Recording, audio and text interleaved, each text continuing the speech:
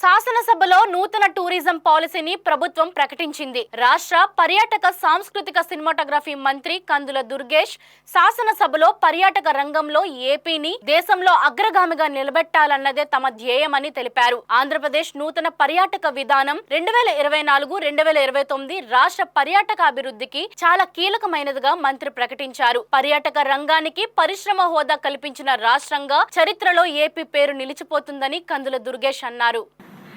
అధ్యక్ష, ధన్యవాదాలు అధ్యక్ష. ఈరోజు చాలా కీలకమైనటువంటి ఆంధ్రప్రదేశ్ పర్యాటక విధానం 24-29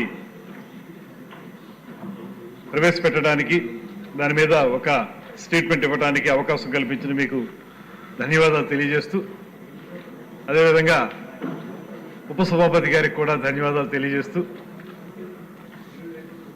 ముందుగా మనందరి తరఫున కూడా ఆంధ్రప్రదేశ్ రాష్ట్ర ముఖ్యమంత్రి మాన్యశ్రీ చంద్రబాబు నాయుడు గారికి ప్రత్యేకమైనటువంటి ధన్యవాదాలు. కారణం, చాలా కాలంగా ఈ రాష్ట్రంలో పర్యాటక రంగంలో ఉన్నటువంటి వారు కానీ, పర్యాటక రంగం అభివృద్ధి చెందాలని ఆలోచించే వారు కానీ కోరుకుంటున్నటువంటి పర్యాటకానికి పరిశ్రమ హోదా అనేటువంటి అంశానికి ముఖ్యమంత్రి గారు గ్రీన్ సిగ్నల్ ఇవ్వటం, ప్రకటించడం ఇవాళ రాష్ట్రంలో ఉన్నటువంటి పర్యాటక రంగానికి ఒక ఊతం ఇచ్చిందనేటువంటి మాటని సందర్భంగా తెలియజేస్తూ, ముఖ్యంగా ఈ పర్యాటక విధానం టూరిజం పాలసీని ఆంధ్రప్రదేశ్ రాష్ట్రంలో ఉన్నటువంటి విస్తారమైనటువంటి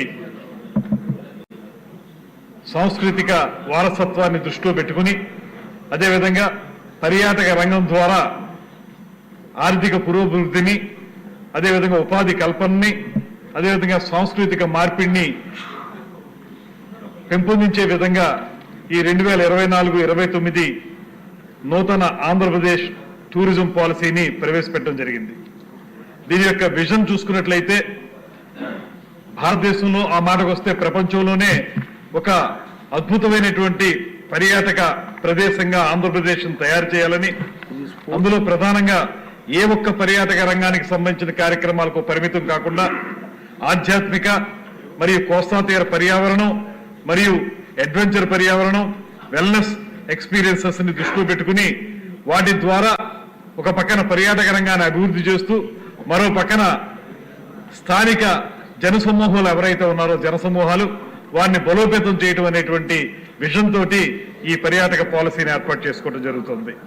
ఇందులో విజన్ ఎలిమెంట్స్ వచ్చేటప్పటికి మనం ముఖ్యంగా ఆలోచించేది top destination in India for international and domestic tourists. భారతదేశం, అదేవిధంగా ప్రపంచంలో ఉన్నటువంటి పర్యాటకులు ఎవరైతే ఉన్నారో వారందరికీ కూడా ఆంధ్రప్రదేశ్ని ఒక ప్రత్యేకమైనటువంటి గమ్యస్థానంగా పర్యాటకం విషయంలో ఏర్పాటు చేయాలనేటువంటి ఆలోచన చేస్తా ఉన్నాం. అదేవిధంగా 20% పైబడి గ్రాస్ వాల్యూ యాడెడ్ ని మనం కాంట్రిబ్యూట్ చేయాలనేటువంటి ఆలోచన, అదేవిధంగా 20% పైబడి ఉపాధి అవకాశాలని ఆంధ్రప్రదేశ్ లో కల్పించాలి పర్యాటక రంగం ద్వారా అనేటువంటి ఆలోచన చేస్తా ఉన్నాం.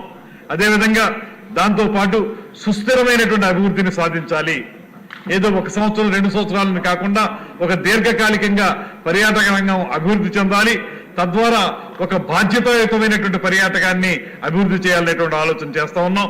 అదేవిధంగా మీకు అన్ని రకాలుగా ఒక ఇన్ఫ్రాస్ట్రక్చర్ని ఏర్పాటు చేసి దాని ద్వారా కనెక్టివిటీని పెంపొందించాలనేటువంటి ఆలోచన కూడా ఎలిమెంట్స్ గా పెట్టుకోవడం జరిగింది. ఇక మిషన్ వచ్చేటప్పటికి మనం ఆంధ్రప్రదేశ్ ని ఒక ఆర్థిక పురోభివృద్ధి సాధించే విధంగాను, అదేవిధంగా ఉపాధి అవకాశాలను కల్పించే విధంగాను, దాంతోపాటు సాంస్కృతిక వైభవాన్ని కొనసాగించే విధంగాను, అదే సమయంలో సుస్థిరమైనటువంటి అభివృద్ధి సాధించే విధంగాను పర్యాటక రంగాన్ని తయారు చేయాలనేటువంటి ఒక మిషన్ తోటి ఈ టూరిజం పాలసీని ఏర్పాటు చేసుకోవడం జరిగింది.